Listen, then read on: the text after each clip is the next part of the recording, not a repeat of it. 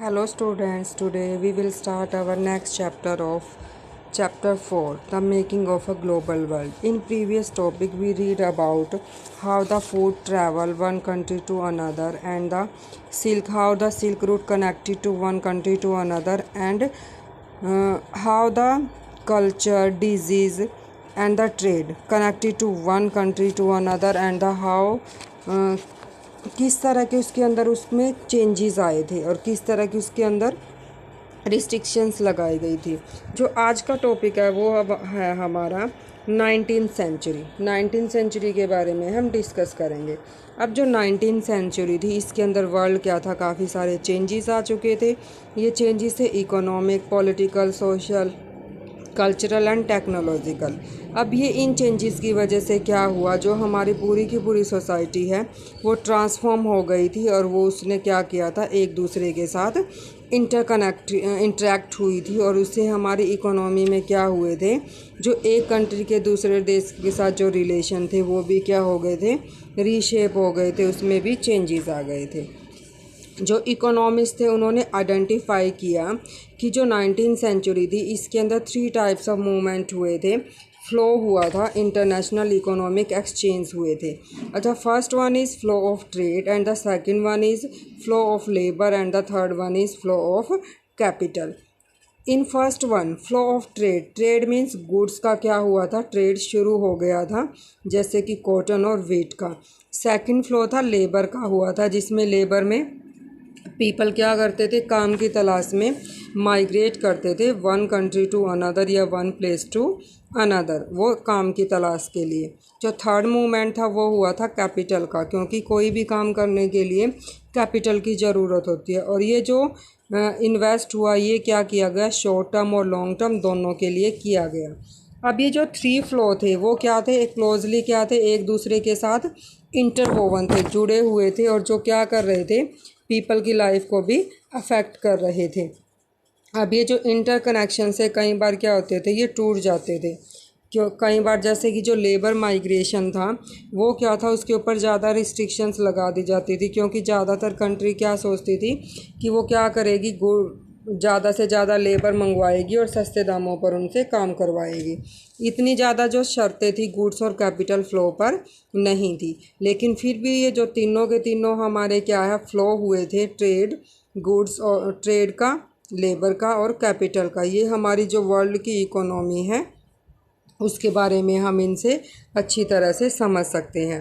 अब जो next topic है हमारा, अब इसमें क्या हुए, जो हमारे इसके अंदर क्या हुए, काफ़ी सारे चेंजेस भी हुए थे। काफ़ी सारे चेंजेस कैसे हुए इसके अंदर, कि जो वर्ल्ड की इकोनॉमी थी उसको क्या मिल गई थी, शेप मिल गई थी, कि हमारी जो शेप है उसको क्या मिलेगा। इसकी वजह से काफ़ी सारे उसमें क्या आ गए थे, चेंजेस आ गए थे। जो फूड था वो क्या था, एक कंट्री से दूसरी कंट्री में क्या था, ट्रैवल कर रहा था 19th सेंचुरी के अंदर। जो वर्ल्ड की इकोनॉमी थी वो काफ़ी सारी चेंजेस हो गई थी। इसके अंदर काफ़ी सारे चेंजेस हुए, जो सभी के सभी कंट्री क्या कर रही थी, सेल्फ सफिशिएंट होने की वो कोशिश कर रही थी, कि ताकि क्या हो जाएगी, वो सेल्फ सफिशिएंट हो जाएगी।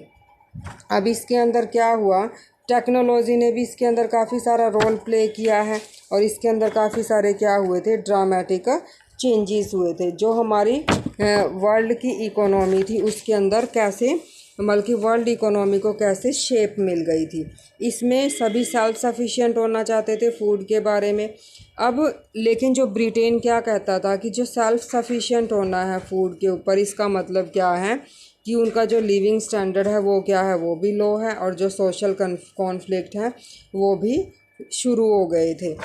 अब जो उन्होंने क्या करना शुरू कर दिया कि क्योंकि अब ये जो डिमांड थी क्या थी, ज़्यादा बढ़ती जा रही थी, पॉपुलेशन जो ग्रोथ थी वो बढ़ती जा रही थी और उसके लिए हमें जो फूड की सप्लाई ज़्यादा से ज़्यादा चाहिए थी। जो अर्बन सेंटर्स थे वो एक्सपैंड हो गए थे, जो इंडस्ट्रीज थी वो भी बढ़ गई थी। अब जो ये डिमांड थी एग्रीकल्चर प्रोडक्ट की वो बार बार बढ़ रही थी, और इसकी वजह से क्या हुआ, गवर्नमेंट ने फूड के प्राइसेस, बाहर से फूड मंगवाया जा रहा था तो फूड के प्राइसेस क्या हो गए थे, बढ़ा दिए थे। अब उनके ऊपर भी जो लैंडेड थी, जिनके पास ज़मीन थी, उनको भी प्रेशर डाला गया कि वो अपने ही क्या करेंगे, ज़मीन पर कल्टीवेट करेंगे। अब जो गवर्नमेंट ने क्या किया, जो बाहर से इंपोर्ट किया जा रहा था कॉर्न, उसके ऊपर रिस्ट्रिक्शंस लगा दी। अब जो ये ला था इसको अलो किया गया गवर्नमेंट ने, तो इसको क्या नाम दिया गया, कॉर्न ला का नाम दिया गया। अब सभी क्या थे, इससे अनहैप्पी थे, क्योंकि फूड के प्राइसेस काफ़ी बढ़ चुके थे। जो इंडस्ट्रियलिस्ट थे, जो अर्बन डवेलर्स थे, अब उन्होंने फोर्स किया गवर्नमेंट को कि वो क्या कर दे, इस कॉर्न लॉ को एबॉलिश कर दे, ख़त्म कर दे। अब ये जब कॉर्न लॉ क्या हुआ, ख़त्म कर दिया गया, जो फूड के प्राइजेस थे वो क्या हो गए, कम हो गए, और काफ़ी मात्रा में क्या किया गया, चीप रेट पर, सस्ते दामों पर फूड को इम्पोर्ट किया जाने लगा। अब जो ब्रिटिश एग्रीकल्चर थी वो अनेबल थी, वो compete नहीं कर पा रही थी इस तरह की डिमांड से।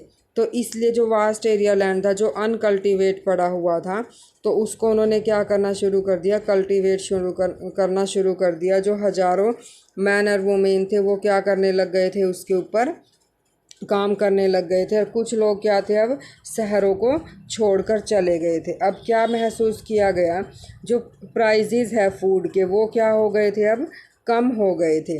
अब जो कंजम्पशन थी वो भी क्या हो गई थी, ब्रिटेन में ज़्यादा बढ़ गई थी।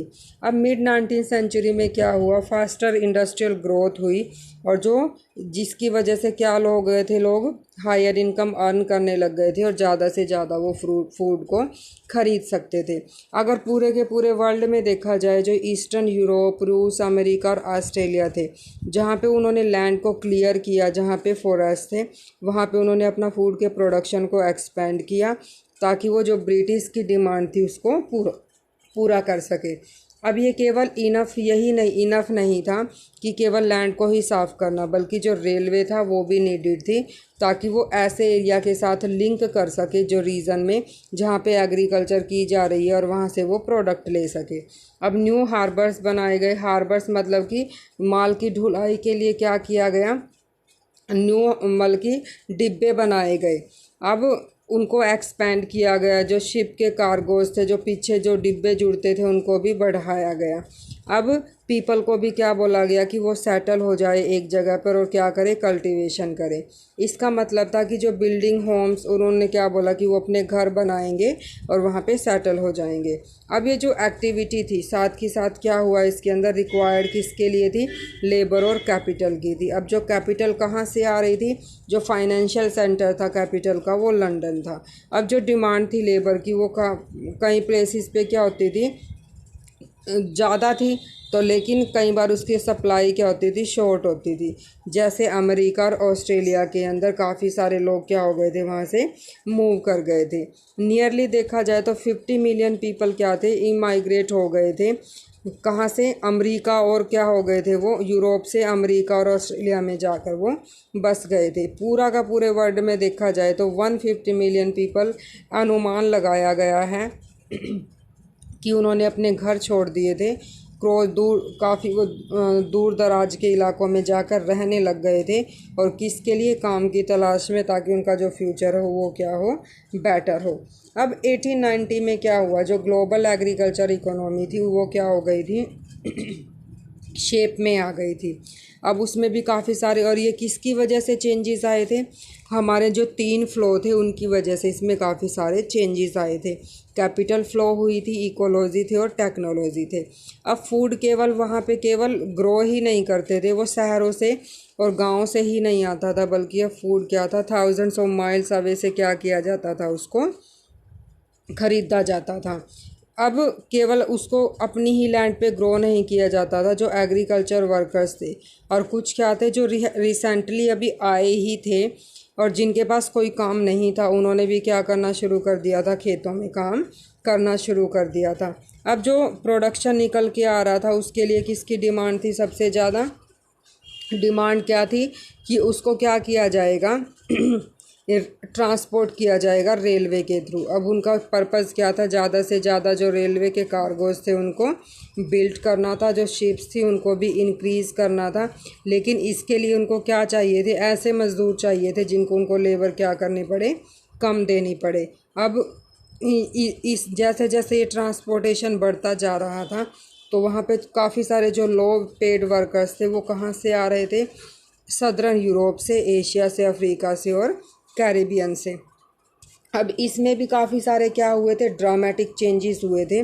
वो किस पे, स्मॉलर स्केल पे भी काफ़ी सारे चेंजेस हुए। और ये हम कहाँ पे देख सकते हैं, हमारे वेस्ट पंजाब के अंदर देख सकते हैं। जो ब्रिटिश इंडियन गवर्नमेंट थी उसने अपना नेटवर्क बिल्ड किया और इरिगेशन कैनल्स बनाए। और उन्होंने क्या किया, जो सेमी डेजर्ट वेस्ट थी, बल्कि कुछ एरिया ऐसे थे जहाँ पे इरिगेशन के थ्रू लैंड को फर्टाइल बनाया जा सकता था, उन्होंने कैनल्स बनवाई ताकि वो वहाँ पे क्या किया जा सके, लैंड को फर्टाइल बना के अब वहाँ पे ग्रो किया जा सके वीट और कॉटन को।